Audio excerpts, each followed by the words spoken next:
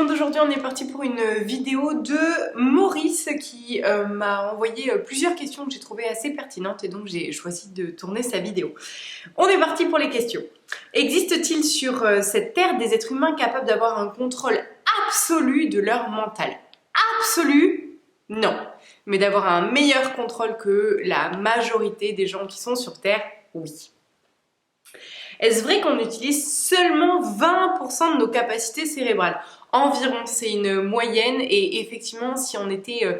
quand j'ai déjà posé cette question en discutant avec mon soi et quand j'avais des images de ce qui était possible, je voyais que si on contrôlait ne serait-ce qu'un tant soit peu, un peu plus notre cerveau sans aller au 100%, on avait des capacités assez dingues déjà de retenir des choses. Il y a des humains vivants sur Terre qui arrivent à retenir des milliers de décimales après la virgule. Enfin, je veux dire, le cerveau est capable de faire beaucoup de choses et je pense que plus on arrive à le domestiquer, plus on a une capacité sur le monde physique en fait, un impact au niveau physique. Donc je pense que c'est quelque chose qui est intéressant à travailler. Peut-on dans notre vie manifester absolument tout ce que l'on désire? Si cela est juste, oui. Si ce n'est pas juste, non. Est-il possible de manifester plusieurs choses en même temps grâce à une seule image de visualisation plus émotion? Alors, je pense que si je comprends bien la question, c'est que par exemple, j'aurais tendance à imaginer que je vis sur un yacht aux Bahamas, exemple. Est-ce que je pourrais du coup manifester le fait que je vais vivre aux Bahamas et avoir le yacht et avoir de l'argent en même temps? Je présume que c'est ça la question. Je présume que oui, de visualiser l'ensemble d'une situation, c'est ce que je fais en général pour pouvoir faire la loi de l'attraction dans ma propre vie. Je visualise ce que j'ai envie d'être dans le futur, ce qui n'empêche pas que je mets les actions nécessaires en place dans le quotidien pour pouvoir atteindre mon but, parce que juste visualiser ce n'est pas suffisant, il faut aussi se bouger. Donc effectivement, je visualise un ensemble, une situation dans son entièreté et par la suite je mets les actions nécessaires. Mais effectivement, c'est ce que je fais, je visualise l'ensemble de la situation et la plupart du temps ça fonctionne. Est-il vrai que l'onde θ, l'onde du sommeil, est l'onde la plus propice pour influencer notre subconscient? J'entends qu'il y en a une autre. Alors, je suis pas assez calée sur les termes. J'entends alors je connais les ondes bêta, donc j'entends qu'il y a celle-ci qui est importante, et j'en entends une avec un R dedans, mais mon mental influence sur le nom en me disant ça doit pas être un truc comme ça.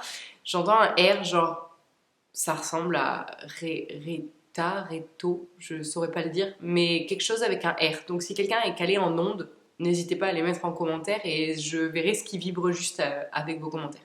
Est-il possible de faire une sortie astrale et de méditer ou visualiser dans le but de créer notre vie souhaitée? Il n'y a pas besoin de sortir son corps pour pouvoir faire des visualisations et manifester ce qu'on a vu dans la visualisation dans notre quotidien. Il y a juste besoin de vibrer, parce que juste imaginer et penser à quelque chose, c'est une chose, mais vibrer cette chose-là, c'en est une autre et c'est important de le vibrer. Si quelqu'un passe son temps à faire des jolis posts sur les réseaux sociaux, à dire que c'est important de vibrer joie et amour, mais qu'il est toujours ronchon dans son quotidien, vu que cette personne, elle ne vibre pas joie et amour, elle ne va pas attirer joie et amour. Et pourtant, elle passe son temps à y penser et en parler. Ce qui est important, c'est de vibrer les choses.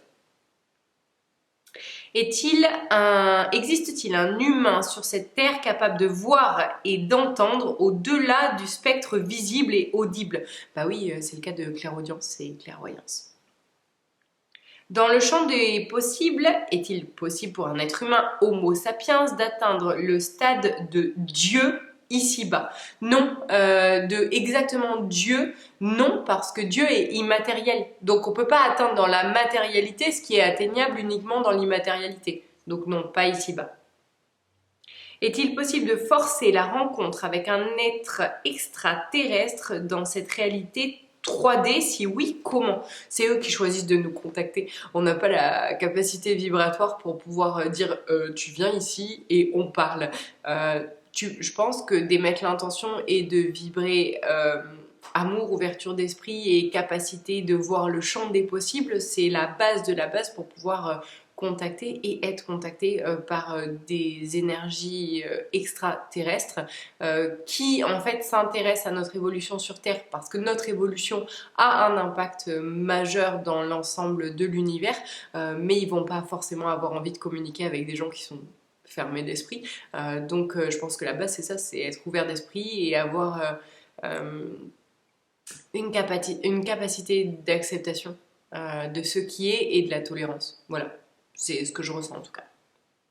Et sa dernière question, alors il dit qu'elle est un peu délicate, si elle vous met mal à l'aise ou ça ne le fait pas, je poserai en bonus une autre question qui me tient tout aussi à cœur. Alors, lors de ma dernière expérience ayahuasca, j'ai demandé à voir et ce qui m'a été montré. Notre monde est pollué dans toutes les existences et c'est fait exprès.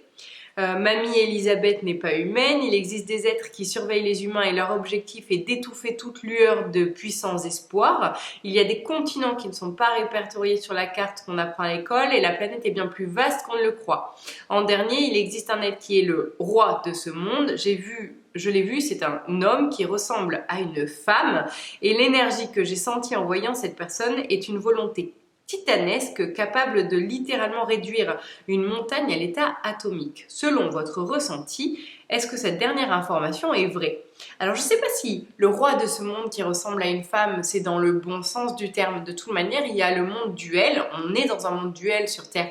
Donc forcément, il y a des gens du bon côté, du côté de l'amour, et des gens qui ne sont pas du côté de l'amour, qui sont du côté de la souffrance. On a tendance dans ce monde duel à catégoriser ça comme étant le bien et le mal, alors qu'en fait, c'est pas le bien et le mal, c'est ce qui est conscient et ce qui est inconscient, ce qui est relié au un consciemment, ce qui est relié au un pas conscient, et donc qui n'est pas dans l'amour parce qu'il est dans la souffrance de cette séparation du un.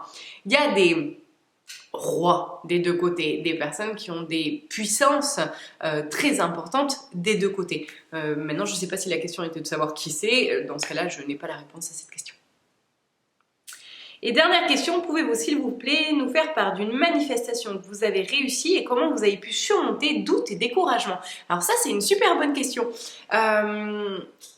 J'ai toujours manifesté, quand je manifeste des choses dans le futur, c'est assez rare que je veuille manifester l'argent et tout. Franchement, c'est pas des trucs qui m'intéressent. Par contre, ce qui m'intéresse énormément, c'est d'être alignée avec la puissance de mon soi. Donc ce que je vois dans les scènes que je vois, c'est vraiment moi plus tard avec une puissance et une assise, une adéquation, un alignement avec mon soi qui est incroyable et qui fait que en fait ça... je vais me faire pleurer toute seule dans ce que je dis. Ça réveille les gens juste parce que je suis ce que je suis et que ce que je suis réveille ce que sont les autres. Et bah, c'est en train de se faire. Donc ça se fait petit à petit, moins vite que ce que mon impatience aurait voulu, mais c'est déjà en train de se manifester et par conséquent, voilà, ça fonctionne. Après, quand on était à Nice et qu'on était vraiment dans la galère, j'avais rêvé de cette maison que j'ai à aujourd'hui et aujourd'hui on l'a. Je pense qu'un jour j'irai revivre à l'étranger et c'est aussi une visualisation que j'ai, mais j'arrive pas vraiment à savoir si c'est quelque chose que je veux manifester ou si c'est quelque chose que je sais être de mon futur. Petit POC à Quentin que j'ai eu en stage hier, qui me disait en fait je sais que c'est une visualisation parce que l'image que je vois, bah, je peux pas la modifier.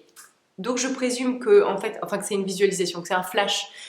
Et moi c'est le cas, c'est des flashs que je reçois que je peux pas modifier. Donc je présume que ça vient de mon soi futur et qu'à un moment donné je reviendrai sûrement à vivre à l'étranger parce que c'est quelque chose qui m'appelle. Et donc c'est en train de se faire, mais c'est pas du tout prévu à l'heure actuelle. Voilà, pour aujourd'hui c'est ça. J'espère que ça répondra aux questions et puis n'hésitez pas si vous avez des idées de vidéos, vous me les envoyez par mail avec un minimum de 10 questions sur un sujet qui n'est pas déjà traité sur la chaîne, s'il vous plaît, prenez le temps d'aller regarder et si le sujet est assez vastement traité par vos questions, j'y répondrai avec grand plaisir. À très bientôt.